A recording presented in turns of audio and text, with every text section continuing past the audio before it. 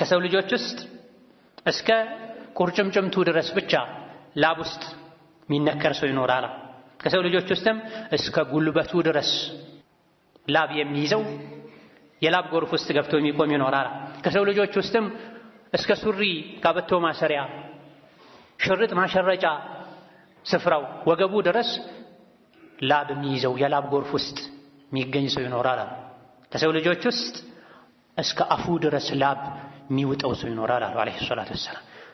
እጃቸውን ወደ አፋቸው አንስተው በምልክት ያሳዩ። ወሚንሁም መን ዩልጅሙሁ አልዐረቁ ኢልጃማ ላብ እንደ ልጓም አፉን የሚለጉመው የሚውጠው የሚያሰምጠው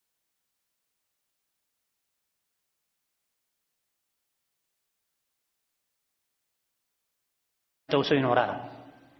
የቀኑ ክብደት በመከራ ምድር ላይ ተገኝቶ የነበሩ ሰዎች በሙሉ የዛን ቀን ለፍርድ አንድ ሜዳ ላይ ተሰልፈው ዘመድ ዘመዱን ማይጠይቅበት ሁሉም የሚፈራበት ሁሉም የሚጨነቅበት ቀን ነው። አይሻ ረዲየላሁ ዐንሃ ነቢን ስለ ቂያማ ክብደት ሲናገሩ በዚህ ቀን ቤተሰብ ታስታውሳላችሁ እንደ እናንተ ነቢያት ብለው ጠይቀዋል።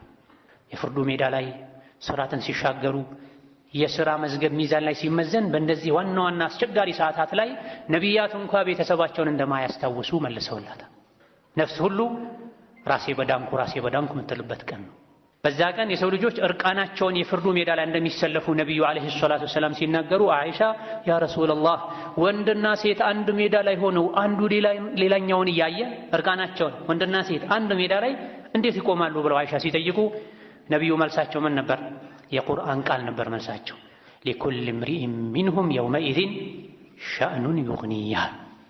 ዱንያ ላይ ሰዎች ስራ ፈት ስለሆኑ የሚያሳስብ የሚያስጨንቅ ነገር ውስጥ ስለሌሉ ነው እንጂ ወንድ ሴትን ዞር ብሎ ሴትም ወንድን ቀና ብላ የምታየው የቂያም ቀን ላይ እርቃናቸውን ሆነው ወንድና ሴት አንድ ሜዳ ላይ ቆመው አንዱ ወደ ሌላኛው ዞር ብሎ እንዳያይ የሚያደርግ ከባድ ጭንቀት ውስጥ ላይ ነው ሁሉም የሚሆነው ብለዋል ነብዩ ሰለላሁ ዐለይሂ ወሰለም።